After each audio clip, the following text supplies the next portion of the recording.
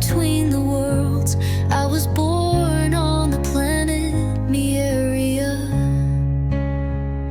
where cats talk with their thoughts, not with words.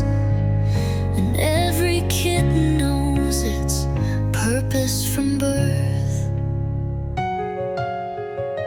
I wasn't always like this.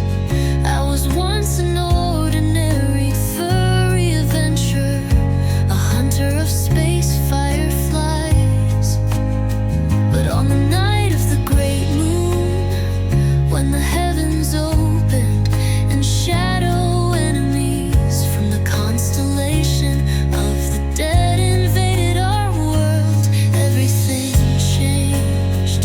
I was chosen to wear the chronatail armor, an artifact created from time fragments.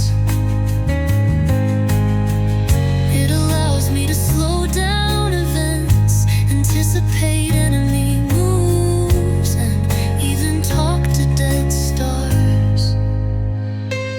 I am currently traveling from planet to planet, warning the worlds of the danger of an approaching eclipse.